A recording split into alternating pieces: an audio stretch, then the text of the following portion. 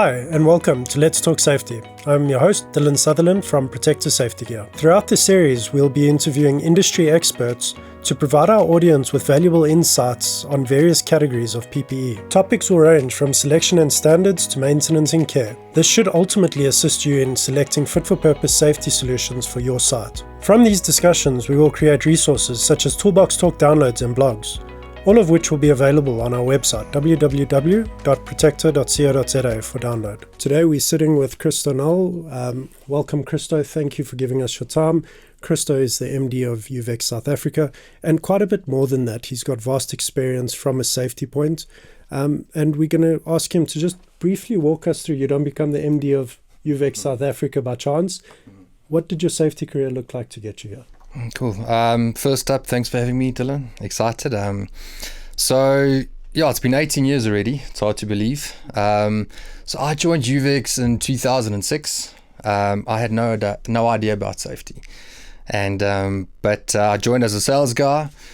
And the only way to then learn is just to get into it. You got to get into the sectors, the segments, and just how things are done in South Africa. But uvex, as a safety company, I think the values are right. So from the start, it was about protecting people. That is our mission. And after 4 years, I went into the product management side. That's more the technical side, the standard side, the development side, which was also interesting. And then, so our region that we are responsible for is also Middle East, Africa, India. So we opened an office in Dubai in 2010. So in 2013, I moved over to Dubai. So I was general manager for that region.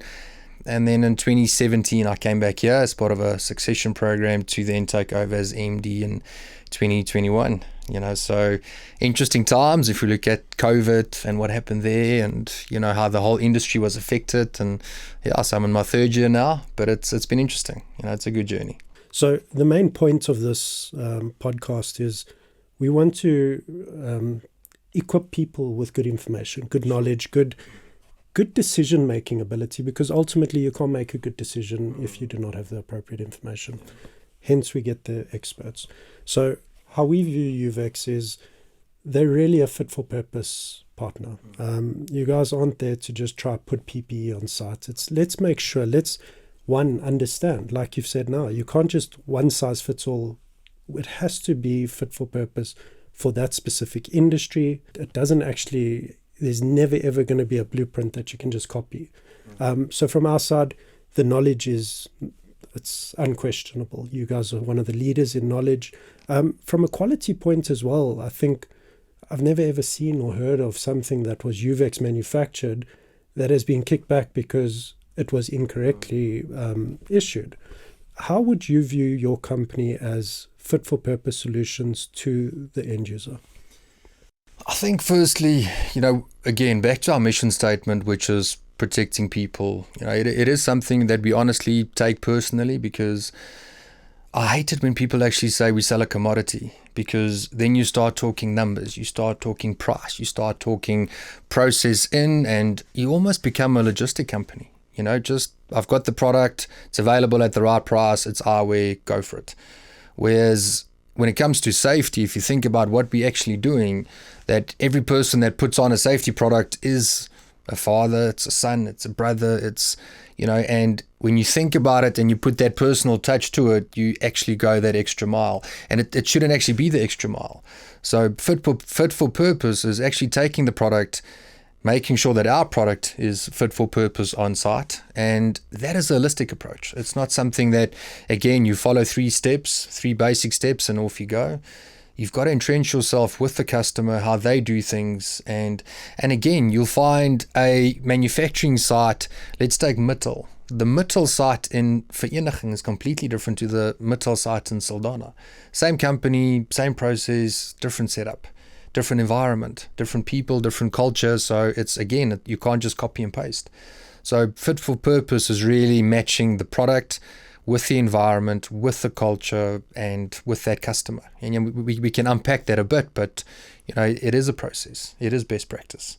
So it's easy for you to say that from a point of you lead a company. You've got that mindset. How do you make sure that all the people that are with uvex trying to achieve this goal are actually in that same mind space. And I'm saying that because I've experienced it. I've seen the team. I've seen the passion for keeping someone safe. Yes. How have you made sure that happens? So firstly, it's matching yourself with the best partner. I mean, if you look at Protector, you've got similar values, you've got the same mindset of taking that product to market. So we've got to make sure, because we don't sell direct, we're the manufacturer, we sell through a partner, not through a company, not through a trader, through a partner that understands what we're trying to do to the end user. And if you don't close the loop, something's got to go missing. So we've got to make sure that that partner is a uvex aligned partner, similar values, and we both trying to achieve the same thing. And that combined message to the end user is what we try and do, because like you said, that lack of awareness in the market's unbelievable sometimes. So, and it's a continuous process, and you've got to have it from different angles as well. So we've got to align ourselves with the right partners, train them as well. And again, sometimes you learn both ways. And so fit for purpose is also getting that supply chain aligned with the right values and the right methods as well. 100%. Let's get into the topic today. So we're talking eye protection. I mean, you guys are unquestionably one of the leaders in eye protection. From Protector side, I mean, we don't really look at much else than uvex. If there's a challenge, we know there's an appropriate solution for that. What is the danger with, because I've always got my work at heights hat. That's my background. I understand working at heights. A spectacle I need to put on is going to protect something from damaging my eye because it goes through my glasses. Are there any other factors we need to consider when protecting eyesight? Yeah, so now if we look at fit for purpose, that's why I say it's got to be an holistic approach. And I think it's a term that people throw around too loosely as well. So, to explain how we approach it. So, often you get people that manufacture a car, and they'll manufacture a car either from the inside out or from the outside in. So if we look at how we approach a site, it's always from the outside in. So firstly, we'll have to look at the environment. And it's not just a short, quick, have a check. It's really looking at what are the hazards you're facing. Is it, let's talk heat and cold, humidity, UV exposure, infrared exposure, what are the risks around that particular area? And from there, you start narrowing it down. So then you start looking at the user itself. So now if you look at the user wearing that product, you've got to look at fit. And fit is not comfort yet. So fit is about, does it protect the user or not? Is it too wide? Is it too narrow? Does it have any gaps? And I think a factor that people always overlook as well is the compatibility of a spectacle with the other PPE. So they choose a product without saying, does it work with a mask? Does it work with an earmuff? Does it work with a helmet? So you've got to do that fit as well. Then you've also got to look at that user with that product. Do they move around a lot? Do they go in and out? And is there a lot of head movement? Is it UV exposure now, but in 15 minutes it's not? So there's all these factors before you even get to the product itself that you've got to narrow down. So once you've ticked those boxes, you can now pinpoint a product and say, fine, with all those factors, now we need to look at firstly, and that's where people look at is your coating. And the coating is probably the biggest factor you've got to look at. That's what gives you your protection against your UV, your infrared, your anti-fog, your anti-scratch. So at uvex, we've got about 9 coatings currently. We trimmed that down from about 16, and that's got to do with anti-fog inside, anti-fog outside, anti-fog both sides, anti-scratch, just your transmission on UV you've got to look at as well. And at the end of the day, once you've ticked all those boxes, then it becomes fit for purpose. But then you've got to tick the last box as well, which is the commercial side. So again, as a premium product, we are very aware that you've got to be able to offer a commercially viable product as well. And now, that discussion can keep us busy for an hour, because now you're talking price versus cost, and those are two very different things in our eyes. So yes, we've got to save the person money. That's cost. It's not price. Price is what you pay up front. the cost of that product is then to say, what is the cost in use over a month, over 3 months or 6 months? What is the cost in terms of risk? If that product, if something happens and there's an injury or the product didn't work, you're talking millions. You're talking downtime. You're talking a drop in production. That's also money. So that cost and ownership, at the end of the day, it's, the whole thing that we try and get across to customers to say, make a better decision holistically, and you will smile in terms of protecting your own user, and you will get your production up. You will save money. And I mean, there's all these hidden costs as well. I mean, if you only use one product for 3 days, but you buy it for $3 versus a product that you use for 2, 3, 4 weeks, often longer. I mean, we've come across uvex products for 7, 8 months. So it's reduced waste. It's better for the environment. It's easier on the supply chain. It's easier to manage. You save double figures. So yeah, it's really making sure you tick all the right boxes and not just that first price box, which unfortunately is the go-to in South Africa at the moment. 100% agree. And unfortunately, I think there's a disconnect. Generally, the person that is ultimately responsible for procuring the product isn't ultimately responsible for selecting the appropriate, or sometimes they are, and they're not in the environment to actually understand what do they need to protect from. But we'll get into that pricing conversation, because I think it's vital. People need to understand that you get what you pay for. At the end of the day, you get what you pay for, and if you're buying inappropriate PPE, you're putting somebody at risk. Somebody might not go home that afternoon. Their family is not going to be fed once that person is gone if it's a serious injury. Sure. But you've mentioned something quite vital, which the ultraviolet, the anti-fog, that for me, we don't look at that from a eye protection point. I've been to a number of sites where they work, especially when COVID was around. When you've got a mask on, the fog is serious. And I mean, that's just inflating the condition, because that's what the condition looks like in winter. And when somebody's vision is impaired, it's a lot worse than you just damaging your eye. If you can't see what you're doing, that's a huge, huge risk that isn't accounted for. How do you think do you think we take that into account, or not we, the person selecting the appropriate PPE for the site? Unfortunately, I believe it doesn't.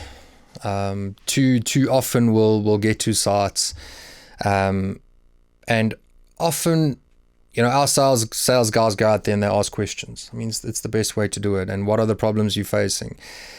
And often something as simple as a headache will then be while the person's dehydrated. Meanwhile, it's actually the vision of the person through a spectacle that gives you distortion that is not quality is what gives you the headache. So if you look at, again, standards in a product and you say, what's the quality of vision? A clear spectacle is a clear spectacle. That's what they say in the market. It's not.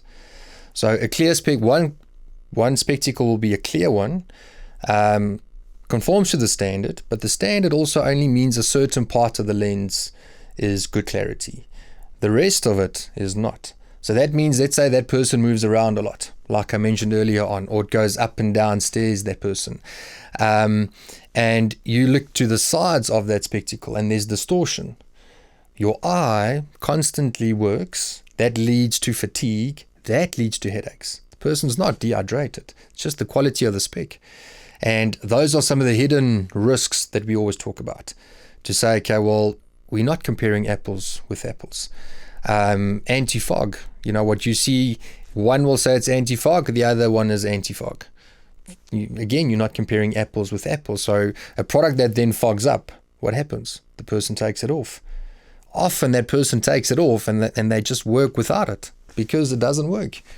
And that leads to other issues. So yeah, unfortunately, I don't think people look at it holistically. And often you can pinpoint certain issues purely down to the quality of the product, even though it is standardized. And that's something we can touch on a bit later. But, a lot of it goes missing in discussion, unfortunately. And how do we better support these people? Because I think genuinely people want to do right. And unfortunately, they're not supported with appropriate tools, appropriate knowledge. And is there a way we can better support people to make these decisions, or at least ask the right questions, to your point? Again, I think that circles back to the awareness. So our job is to, yes, we want to sell a product, but you've got to sell it making sure that it's, again, fit for purpose. But often, even if the product's fit for purpose, the culture is not fit for purpose. And the awareness, and often the culture is not there because the awareness is not there. And it's actually sad to see how many people in the safety industry, the decision makers, just give up and they say, listen, but that's the culture. It is what it is. And you sit back and you go, but that's not best practice. So we can tick all the right boxes for you, but we've got to work with you to then change it. We'll do the training, and we don't even charge for training.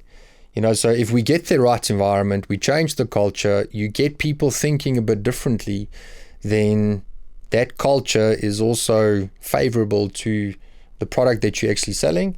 And at the end of the day, everyone wins. But that lack of awareness, that, again, asking the right questions, but also getting to the guy wearing the product. So that's what we tell the guy, listen, so we're happy to train your trainers, because we see that as well, where people just say, listen, so come train my guys, so I will train the rest. Like, no, we'll train them. We'll talk to them, because, again, we are the experts. And for us, it's changing that culture. It's getting them to think differently. And you've got to get them to ask the right questions, because often they just accept things because they feel they don't have the power. So someone knows they're wearing the wrong product. They know they're wearing a product that doesn't fit, it fogs up, or it scratches, or there's gaps here, and they simply just let it be because it is what it is. But it shouldn't be what it is. So that best practice that we try and enforce in our training and in whenever we go to a customer, that is what makes the difference at the end of the day. But it's a hard slog, but it's the right way to go. Fantastic. I'm just thinking, how do we support these guys? There's safety officers, there's people responsible for the safety of those on site. Is it that approach of, hey guys, let's make sure that we're doing appropriate training once a year. Let's make sure we're selecting the appropriate fit for purpose. But the problem is, and you mentioned it earlier, there's a miss, because the person on the ground that's talking about safety and deciding on safety generally then has to go to a procurement person, and the procurement person gets given this pair of spectacles, and somebody's gone and made a pair of spectacles that looks exactly like yours, but may not conform to the same ability or same standards. Is that also where we find problems? Or yeah, because they become the decision maker. So how it should be is that safety makes the decision, and procurement can refine it, but they shouldn't be the final decision maker. But often we just find that that's the roadblock. And we fully understand that you've got budgets, and in South Africa, people need to, tick certain boxes and hit the budgets and hit the numbers, and we get it. And sometimes your budget is what it is, and, you've got to work with it, and we want to work with them. But again, if you do it right, you can hit those numbers. But yes, unfortunately, and you're not solving anything. And it's short-sighted, right? Because commercially, we're going to save $1,000 this month. Yeah. But somebody gets a lost eye. Yeah. I mean, I can imagine millions of rands. Correct. Yeah. Do we see that in South Africa? Unfortunately, my view is when we talk about the mines are petrified because the Department of Mines will come there, shut their operation down. And that's a real cost that they feel. As soon as they can't produce product, they are feeling that. So I feel like that kind of happens. Would you agree in saying the mining kind of get that right, where the rest of industry doesn't follow? Yes and no. I still believe that they can regulate the mining industry more. If you look at, and let's not look at certain institutions, but I still feel our market's unregulated. It's not what you find in Europe. It's not what you find in America. It's not what you find in the other areas where there's regular inspections. And yes, the mining industry is ahead of the rest, absolutely. But I still feel that they can do more to make sure that, the right product with the right standards gets onto site. There's still too much that just filters through the cracks and that we find on site. And when we start asking the right questions in terms of certification, it goes missing. And there's a lot of that still happening. And again, that's where the awareness comes in, and we keep preaching it, but we've still got a long way to go there. Fantastic. Well, keep it up. Thank you for joining us, and I hope this episode added value to you. If you are experiencing any safety challenges on your sites and require any additional information, please do leave us a message on LinkedIn via Protector Safety Gears page, or alternatively follow the link below and share a message with us, because maybe it can create value or a valuable conversation for future episodes. Be sure to also follow us on LinkedIn. There will be some valuable information shared from today's discussion.